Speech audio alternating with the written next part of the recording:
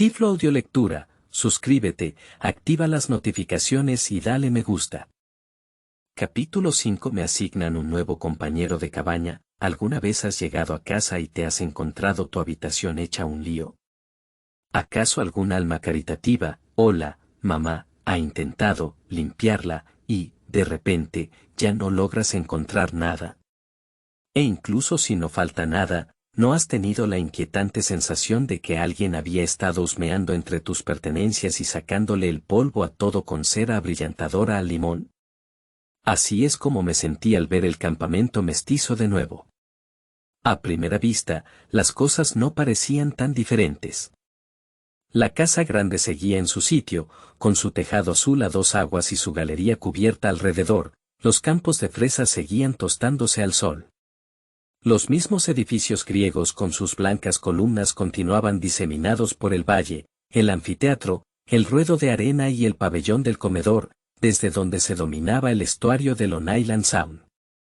Y acurrucadas entre los bosques y el arroyo, las cabañas de siempre, un estrafalario conjunto de 12 edificios, cada uno de los cuales representaba a un dios del Olimpo. Pero ahora el peligro estaba en el aire y podías percibir que algo iba mal. En vez de jugar al voleibol en la arena, los consejeros y los sátiros estaban almacenando armas en el cobertizo de las herramientas. En el lindero del bosque había ninfas armadas con arcos y flechas charlando inquietas, y el bosque mismo tenía un aspecto enfermizo. La hierba del prado se había vuelto de un pálido amarillo y las marcas de fuego en la ladera de la colina resaltaban como feas cicatrices. Alguien había desbaratado mi lugar preferido de este mundo, y no me sentía, bueno, ni medianamente contento.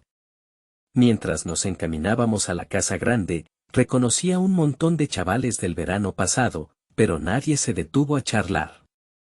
Nadie me dio la bienvenida.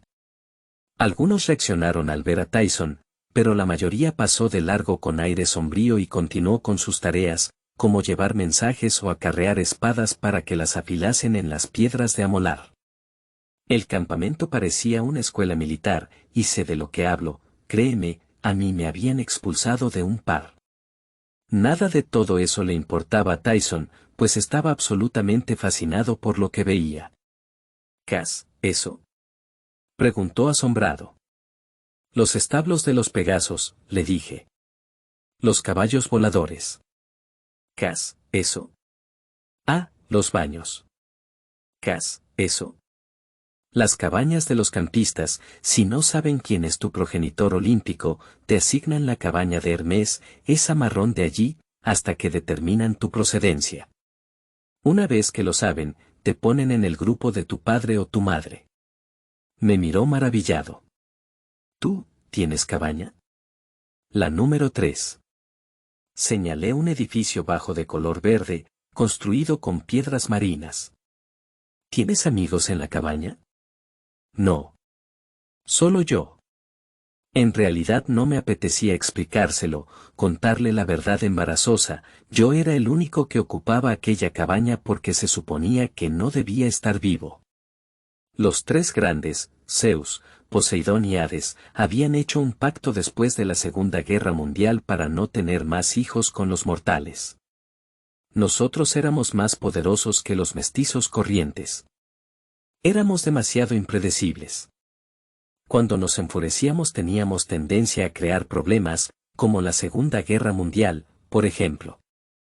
El pacto de los tres grandes se había roto solo 2 veces, una, cuando Zeus engendró a Talía, otra, cuando Poseidón me engendró a mí.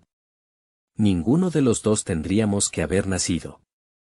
Talía había acabado convirtiéndose en un pino a los 12 años. Yo, bueno, estaba haciendo todo lo posible para no seguir su ejemplo. Tenía pesadillas sobre aquello en lo que podría convertirme Poseidón si alguna vez me encontraba al borde de la muerte. Quizá en plancton, o en un alga flotante. Cuando llegamos a la casa grande, encontramos a Quirón en su apartamento, escuchando su música favorita de los años 60 mientras preparaba el equipaje en sus alforjas. Supongo que debería mencionarlo, Quirón es un centauro. De cintura para arriba parece un tipo normal de mediana edad, con un pelo castaño rizado y una barba desaliñada, de cintura para abajo es un caballo blanco. Para pasar por humano, comprime la mitad inferior de su cuerpo en una silla de ruedas mágica.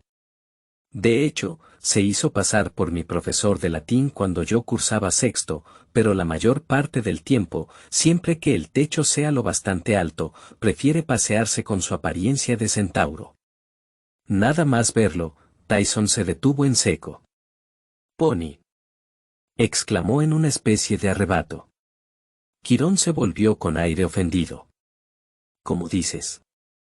Aneves corrió a abrazarlo. «Quirón, ¿qué está pasando? No irás a marcharte, ¿verdad?», le dijo con voz temblorosa. Quirón era como un segundo padre para ella. Él le alborotó el pelo y la miró con una sonrisa bondadosa. «Hola, niña». «Y Percy, cielos. Has crecido mucho este año». Tragué saliva. «Clarice ha dicho que te han despedido». Había una chispa de humor negro en su mirada. Bueno, alguien debía cargar con la culpa porque el señor Zeus estaba sumamente disgustado. El árbol que creó con el espíritu de su hija ha sido envenenado. El señor D tenía que castigar a alguien. A alguien que no fuera él, refunfuñé. Solo pensar en el director, el señor D, ya me enfurecía. «Pero es una locura», exclamó Aneves. «Tú no puedes haber tenido nada que ver con el envenenamiento del árbol de Thalía». «Sin embargo», repuso Quirón suspirando, «algunos en el Olimpo ya no confían en mí, dadas las circunstancias». «¿Qué circunstancias?», pregunté. Su rostro se ensombreció. Metió en las alforjas un diccionario de latín, inglés, mientras la voz de Frank Sinatra seguía sonando en su equipo de música. Tyson seguía contemplándolo, totalmente flipado. Gimoteó como si quisiera acariciarle el lomo pero tuviera miedo de acercarse. «¿Pony?». Quirón lo miró con desdén. «Mi estimado cíclope, soy un Zen, Tao, Ro». «Quirón», le dije, «¿qué ha pasado con el árbol?». Él meneó la cabeza tristemente. «El veneno utilizado contra el pino de Thalía ha salido del inframundo, Percy. Una sustancia que ni siquiera yo había visto nunca, tiene que proceder de algún monstruo de las profundidades del Tártaro. Entonces, ya sabemos quién es el responsable. Crow, no invoques el nombre del Señor de los Titanes, Percy. Especialmente aquí y ahora». Pero el verano pasado intentó provocar una guerra civil en el Olimpo. Esto tiene que ser idea suya, habrá utilizado al traidor de Luke para hacerlo. Quizá, dijo Quirón. Pero temo que me consideran responsable a mí porque no lo impedí ni puedo curar al árbol. Solo le quedan unas semanas de vida. ¿A menos que qué?, preguntó Aneves. Nada, dijo Quirón. Una idea estúpida. El valle entero sufre la acción del veneno, las fronteras mágicas se están deteriorando y el campamento mismo agoniza. Solo hay una fuente mágica con fuerza suficiente para revertir los efectos de ese veneno. Pero se perdió hace siglos. ¿Qué es?, pregunté. Iremos a buscarla. Quirón cerró las alforjas y pulsó el stop de su equipo de música. Luego se volvió, puso una mano en mi hombro y me miró a los ojos. «Percy, tienes que prometerme que no actuarás de manera irreflexiva. Ya le dije a tu madre que no quería que vinieras este verano, es demasiado peligroso. Pero ya que has venido, quédate, entrénate a fondo y aprende a pelear. Y no salgas de aquí». «¿Por qué?». «Quiero hacer algo. No puedo dejar que las fronteras acaben fallando. Todo el campamento será arrasado por los monstruos», terminó Quirón. «Sí, eso me temo.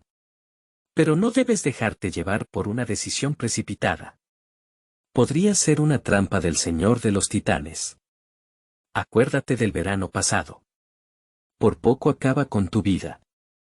Era cierto, pero aún así me moría por ayudar de alguna manera, y quería hacerle pagar a Crono su comportamiento.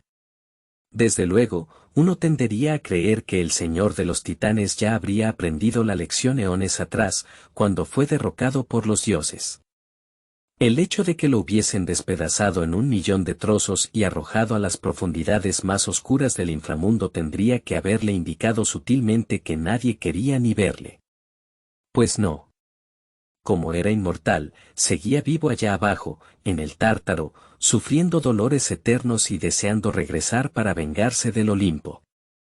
No podía actuar por sí mismo, pero era un auténtico maestro en el arte de manipular la mente de los mortales e incluso de los dioses para que le hiciesen el trabajo sucio. El envenenamiento tenía que ser cosa suya.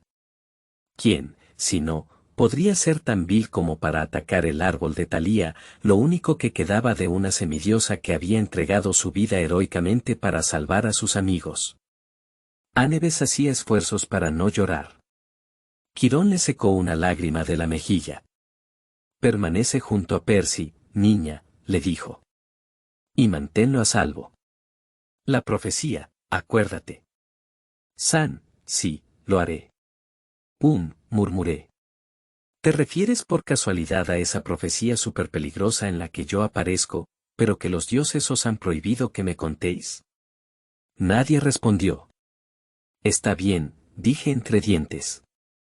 Solo era para asegurarme. Quirón, dijo Anebes. Tú me contaste que los dioses te habían hecho inmortal solo mientras fueses necesario para entrenar a los héroes. Si te echan del campamento, jura que harás todo lo que puedas para mantener a Percy fuera de peligro, insistió él. Júralo por el río Estigio. Lo juro, por el río Estigio, dijo Anebes. Un trueno retumbó. Muy bien, dijo Quirón, al parecer más aliviado. Quizá recobre mi buen nombre y pueda volver. Hasta entonces, iré a visitar a mis parientes salvajes en los Everglades. Tal vez ellos conozcan algún antídoto contra el veneno que a mí se me ha olvidado. En todo caso, permaneceré en el exilio hasta que este asunto quede resuelto, de un modo u otro. Anebes ahogó un sollozo. Quirón le dio unas palmaditas en el hombro con cierta torpeza. Bueno, niña, tengo que dejarte en manos del señor D y del nuevo director de actividades. Esperemos, tal vez no destruyan el campamento tan deprisa como me temo. ¿Quién es ese tántalo, por cierto? Pregunté. ¿Y cómo se atreve a quitarte tu puesto? Una caracola resonó en todo el valle. No me había dado cuenta de lo tarde que se había hecho. Era la hora de reunirse con todos los campistas para cenar. Id ya, dijo Quirón. Lo conoceréis en el pabellón. Me pondré en contacto con tu madre, Percy, y le contaré que estás a salvo. A estas alturas debe de estar preocupada. Recuerda mi advertencia. Corres un grave peligro. No creas ni por un instante que el señor de los titanes se ha olvidado de ti. Y dicho esto, salió del apartamento y cruzó el vestíbulo con un redoble de cascos, mientras Tyson le gritaba, Pony, no te vayas. Me di cuenta entonces de que había olvidado contarle mis sueños sobre Grover. Ya era demasiado tarde, el mejor profesor que había tenido nunca se había ido tal vez para siempre. Tyson empezó a llorar casi tan escandalosamente como Anebes. Intenté convencerlos de que todo iría bien, pero no me lo creía ni yo. El sol se estaba poniendo tras el pabellón del comedor cuando los campistas salieron de sus cabañas y se encaminaron hacia allí. Nosotros los miramos desfilar mientras permanecíamos apoyados contra una columna de mármol. Anebes se hallaba aún muy afectada, pero prometió que más tarde vendría a hablar con nosotros y fue a reunirse con sus hermanos de la cabaña de Atenea, una docena de chicos y chicas de pelo rubio y ojos verdes como ella. Anebes no era la mayor, pero llevaba en el campamento más veranos que nadie, eso podías deducirlo mirando su collar, una cuenta por cada verano, y ella tenía 6. Así pues, nadie discutía su derecho a ser la primera de la fila. Luego pasó Clarice, encabezando el grupo de la cabaña de Ares. Llevaba un brazo en cabestrillo y se le veía un corte muy feo en la mejilla, pero aparte de eso su enfrentamiento con los toros de bronce no parecía haberla intimidado. Alguien le había pegado en la espalda un trozo de papel que ponía, "Mu". Pero ninguno de sus compañeros se había molestado en decírselo. Después del grupo de Ares venían los de la cabaña de Hefesto, 6 chavales encabezados por Charles Beckendorf, un enorme afroamericano de 15 años que tenía las manos del tamaño de un guante de béisbol y un rostro endurecido, de ojos entornados, sin duda porque se pasaba el día mirando la forja del herrero. Era bastante buen tipo cuando llegabas a conocerlo, pero nadie se había atrevido nunca a llamarle Charlie, Chuck o Charles, la mayoría lo llamaba Beckendorf a secas. Según se decía, era capaz de forjar prácticamente cualquier cosa, le dabas un trozo de metal y él te hacía una afiladísima espada o un robot, guerrero, o un bebedero para pájaros musical para el jardín de tu madre, cualquier cosa que se te ocurriera. Siguieron desfilando las demás cabañas, Deméter, Apolo, Afrodita, Dioniso. Llegaron también las náyades del lago de las canoas, las ninfas del bosque, que iban surgiendo de los árboles, y una docena de sátiros que venían del prado y que me recordaron dolorosamente a Grover.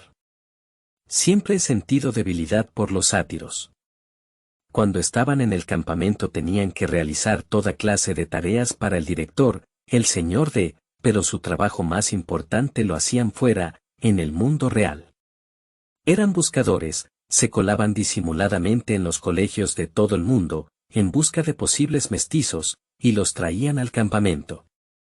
Así fue como conocí a Grover, él había sido el primero en reconocer que yo era un semidios.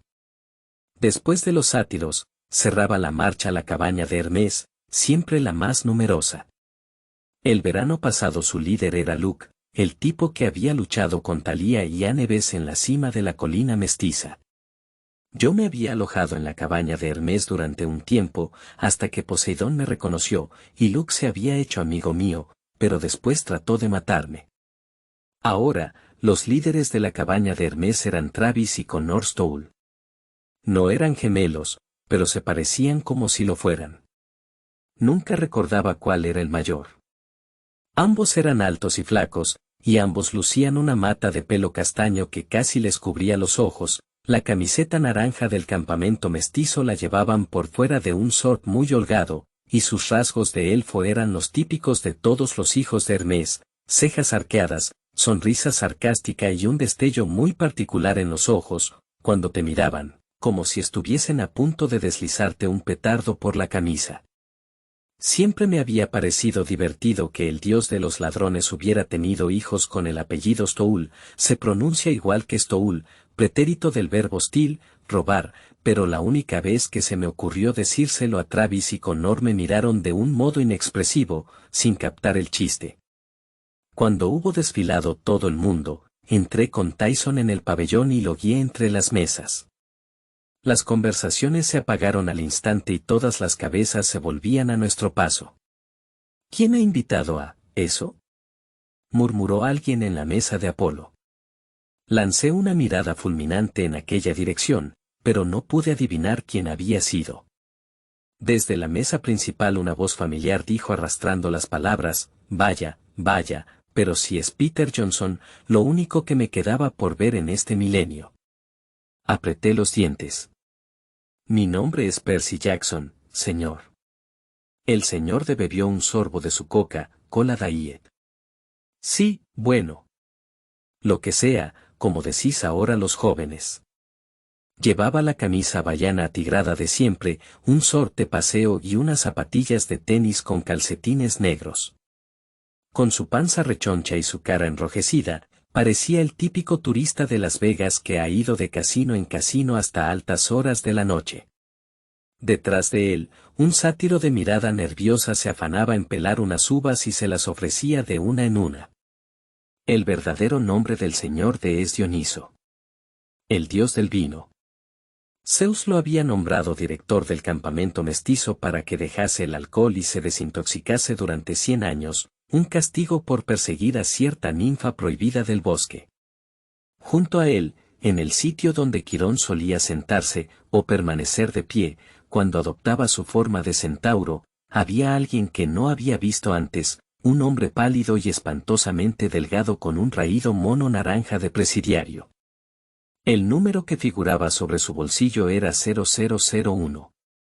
Bajo los ojos tenía sombras azuladas, las uñas muy sucias y el pelo gris cortado de cualquier manera, como si se lo hubieran arreglado con una máquina de podar.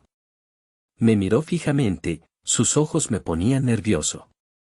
Parecía hecho polvo, enfadado, frustrado, hambriento, todo al mismo tiempo. A este chaval, le dijo Dioniso, has de vigilarlo. Es el hijo de Poseidón, ya sabes. Ah, dijo el presidiario. Ese. Era obvio por su tono que ya habían hablado de mí largo y tendido. Yo soy Tántalo, dijo el presidiario con una fría sonrisa. En misión especial hasta que el señor Dioniso decida otra cosa. En cuanto a ti, Perseus Jackson, espero que te abstengas de provocar más problemas. ¿Problemas? Pregunté. Dioniso chasqueó los dedos y apareció sobre la mesa un periódico, el New York Post de aquel día.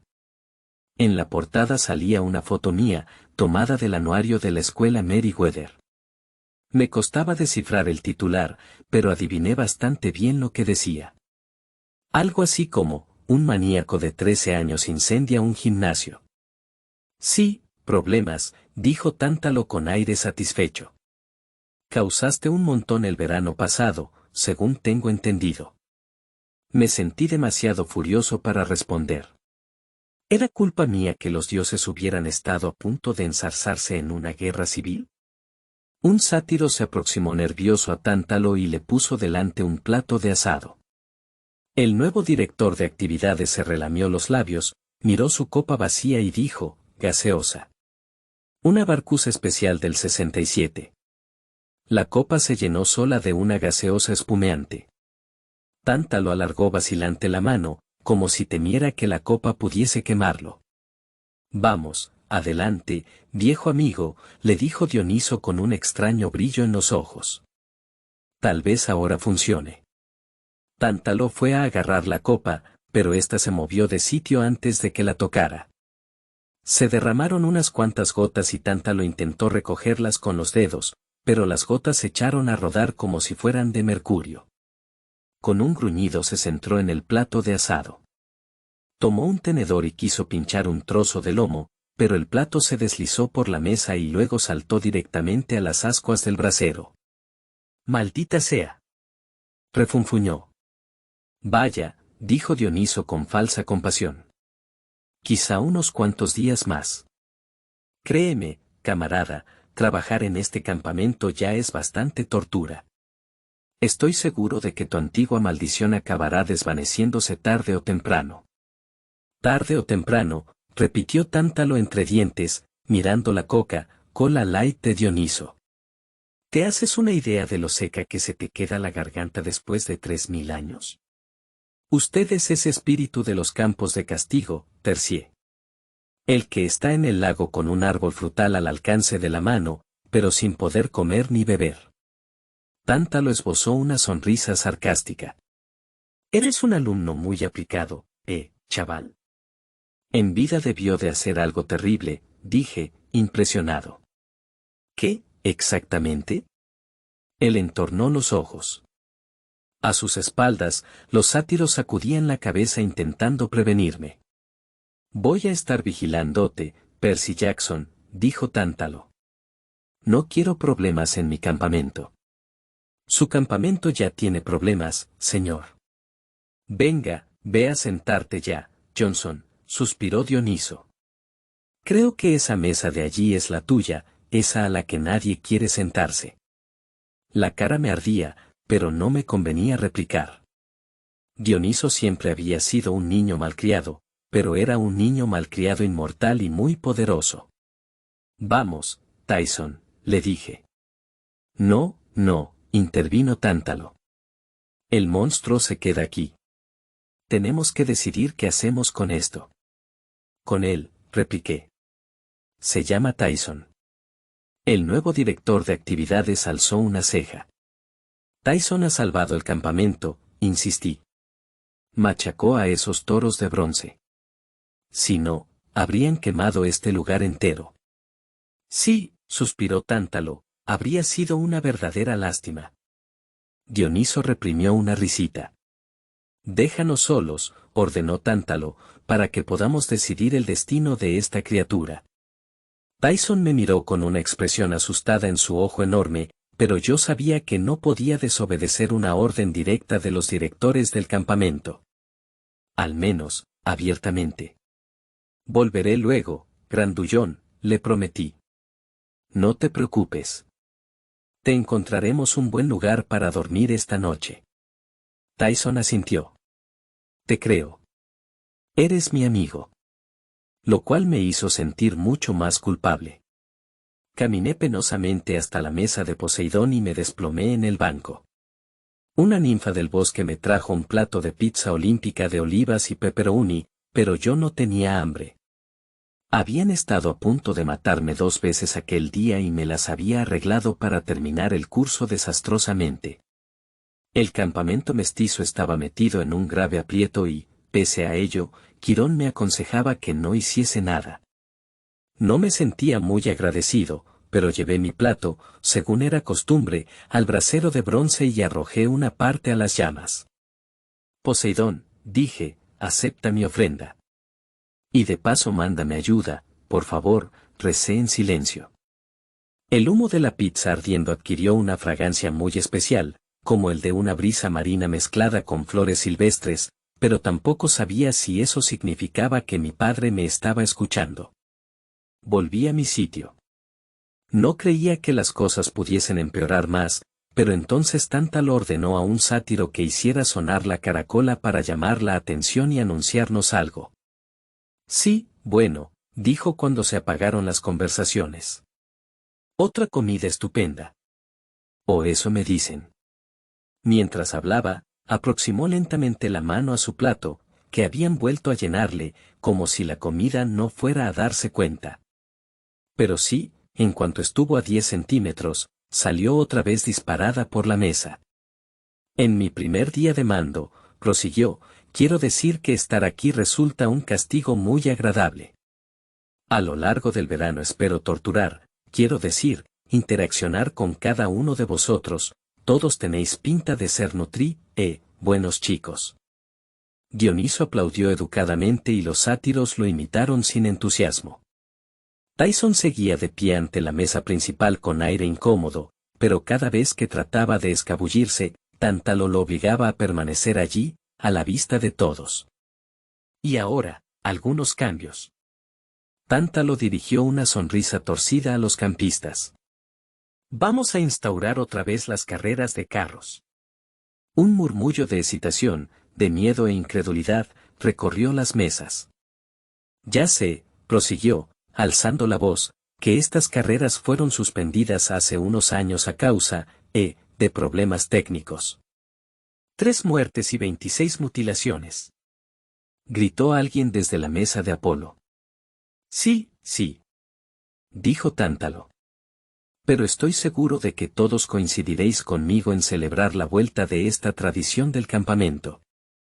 Los conductores victoriosos obtendrán laureles dorados cada mes. Mañana por la mañana pueden empezar a inscribirse los equipos.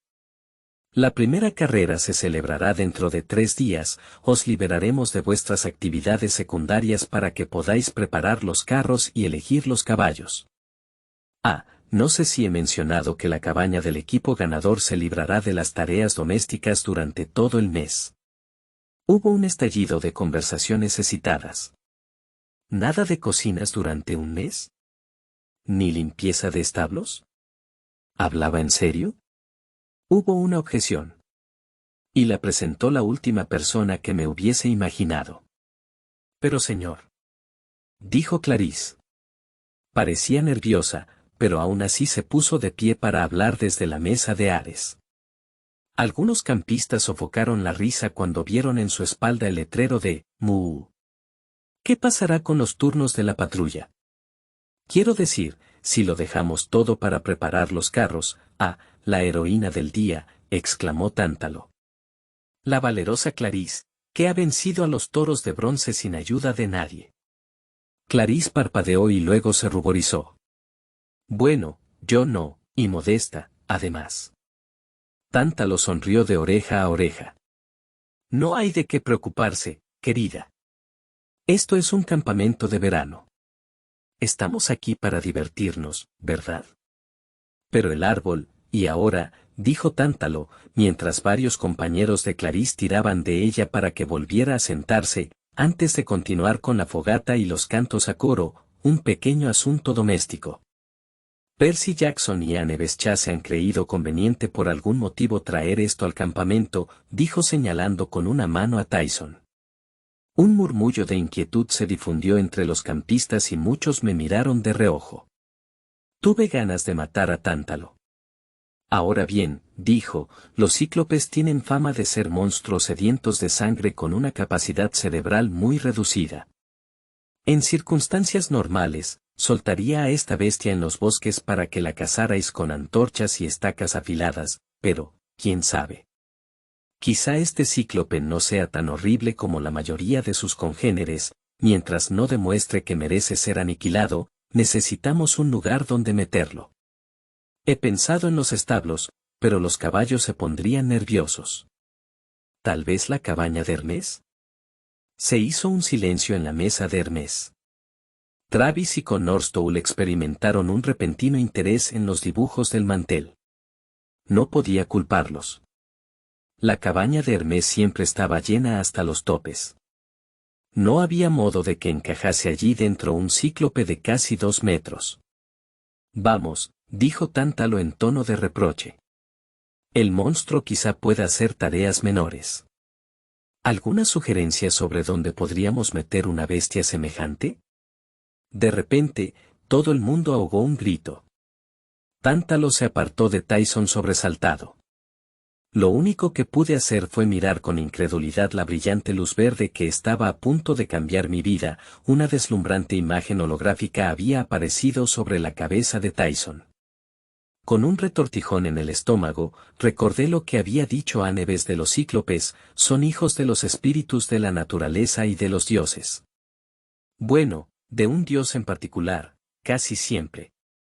Girando sobre la cabeza de Tyson había un tridente verde incandescente, el mismo símbolo que había aparecido sobre la mía el día que Poseidón me reconoció como hijo suyo. Hubo un momento de maravillado silencio. Ser reconocido era un acontecimiento poco frecuente y algunos campistas lo aguardaban en vano toda su vida. Cuando Poseidón me reconoció el verano anterior, todo el mundo se arrodilló con reverencia, pero esta vez siguieron el ejemplo de Tántalo, que estalló en una gran carcajada. Bueno. Creo que ahora ya sabemos dónde meter a esta bestia. Por los dioses, yo diría que incluso tiene un aire de familia. Todo el mundo se reía, salvo Anebes y unos pocos amigos.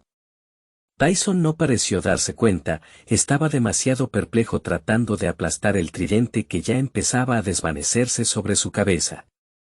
Era demasiado inocente para comprender cómo se reían de él y qué cruel puede llegar a ser la gente. Yo sí lo capté. Tenía un nuevo compañero de cabaña. Tenía a un monstruo por hermanastro.